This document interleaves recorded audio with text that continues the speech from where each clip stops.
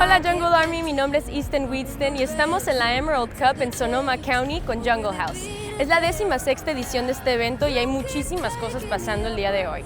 Hay muchas personas, mucha hierba, muchos cultivadores, muchas marcas y por supuesto muchos humos. Entonces, ¿qué haces ahí parado? Vamos a ver qué hay.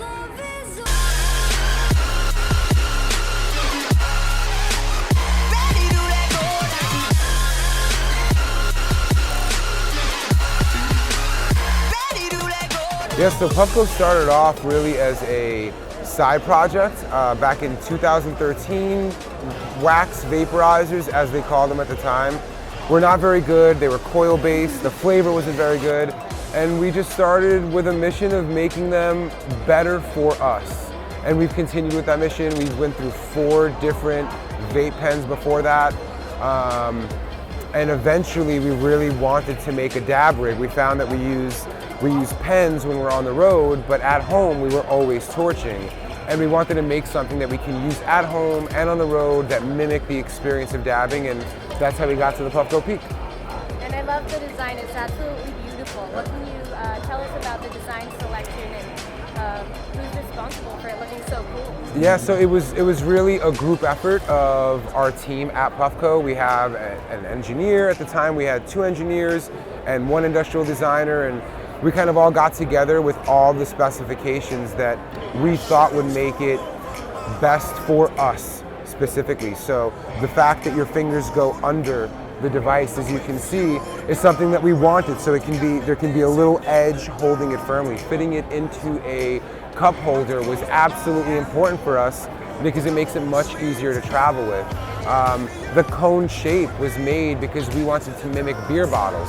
So if you see somebody walking around a party with it, it doesn't really look like a bong, it looks like something that is socially acceptable. So we wanted to make what we love more approachable to people that don't fully understand it yet.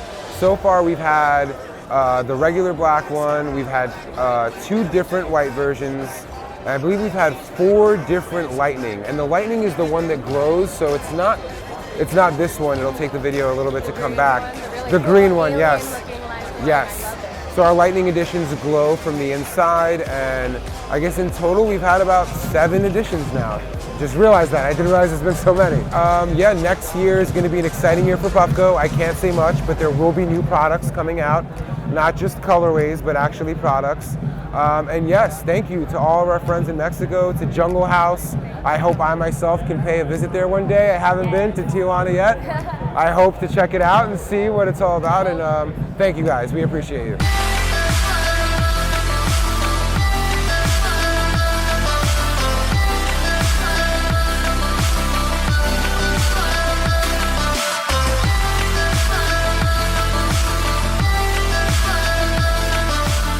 You know, we started in 2014. We realized there was a lack of quality cannabis in the market.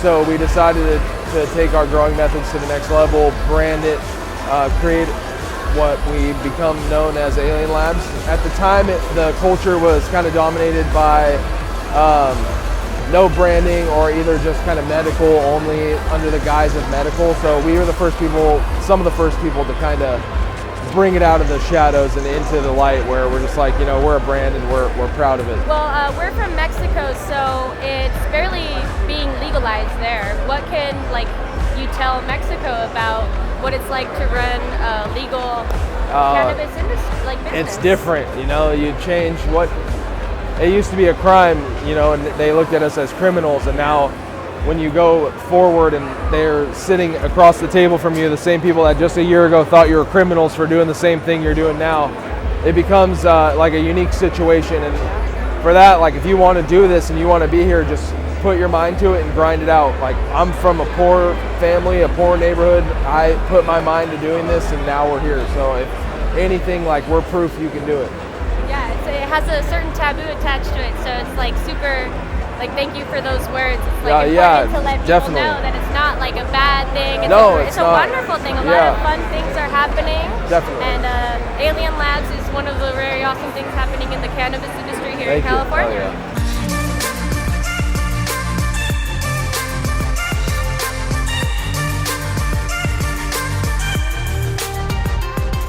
Estoy muy emocionada de estar en el booth de cookies porque es una de mis marcas favoritas. El responsable de la marca se llama Burner y es un rapero muy famoso. Burner se encargó de la ropa, de la marca de marihuana y por supuesto del mismísimo strain de cookies que es muy famoso. El strain de cookies es 80% sativa y 20% índica y pues la verdad ya lo quiero probar. Vamos a entrar, vamos a ver qué hay y...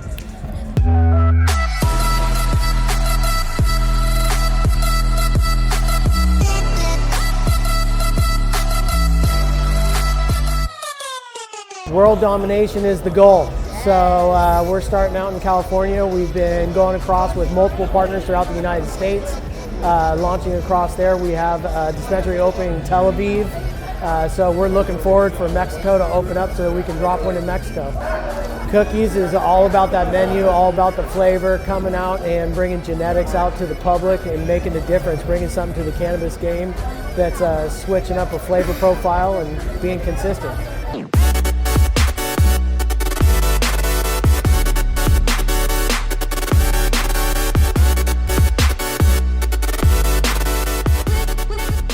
Estamos por entrar al booth de Skittles con Z y ellos son los responsables del mismísimo strain Skittles.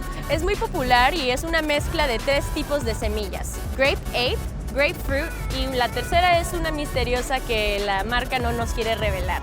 Es dominante en índica y pues como todas las motas de aquí quiero probarlas todas. Entonces vamos a ver qué tienen que ofrecernos y hay que buscar el strain de Skittles.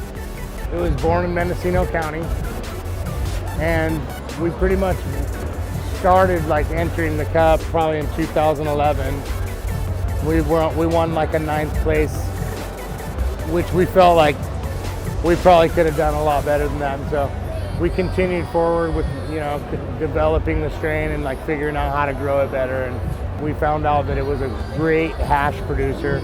So we started making all kinds of hash with it and ringing lots of bells. So that's when the strain started becoming popularized and becoming like overseas, the UK, Spannabis, started really blowing up. And so we really just found our strong point right here at the Emerald Cup, winning all these cups. And then after we started going and winning all the High Times Cups and Chalice Cups and Secret Cups. And it's been a road. We're like currently just looking for indoor cultivations and people to partner with on our branding, maybe like strengthen our sales force some more. Like we do good at home and stuff. It's time to take the brand nationwide and then global.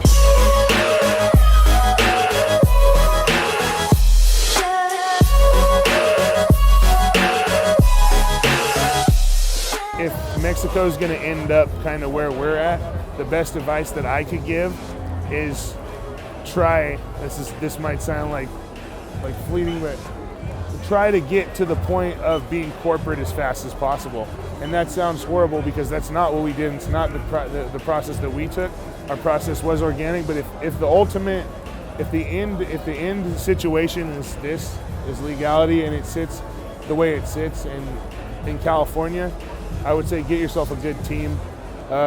You know, if you're a cultivator trying to do it all yourself, make sure that, you know, the quicker that you get people that do business better than you on the team, the quicker that you get people in place that can help you, that see your vision and expand your team, the better.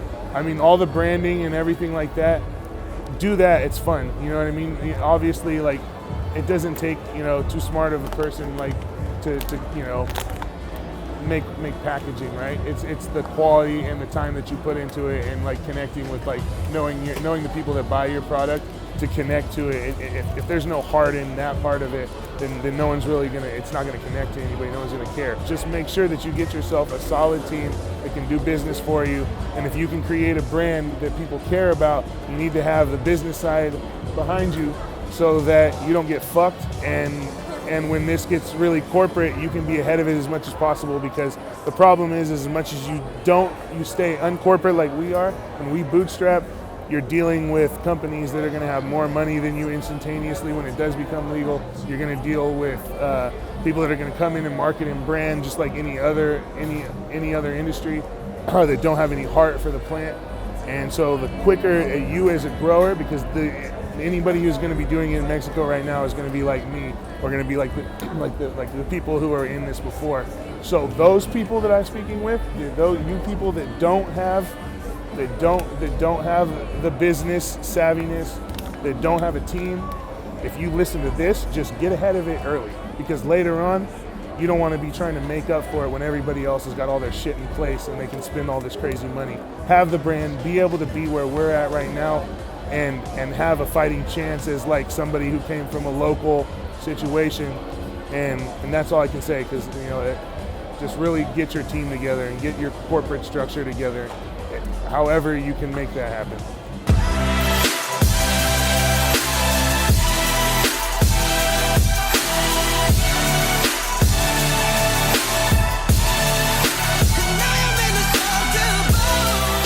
La Emerald Cup es un evento que cualquier entusiasta del cannabis quisiera asistir.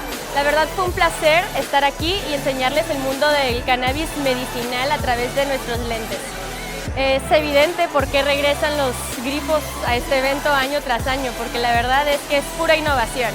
Déjenos cualquier comentario que tengan y si tienen preguntas también, y síganos en todas las redes. Mi nombre es Eastynn y fue un placer grifear con ustedes.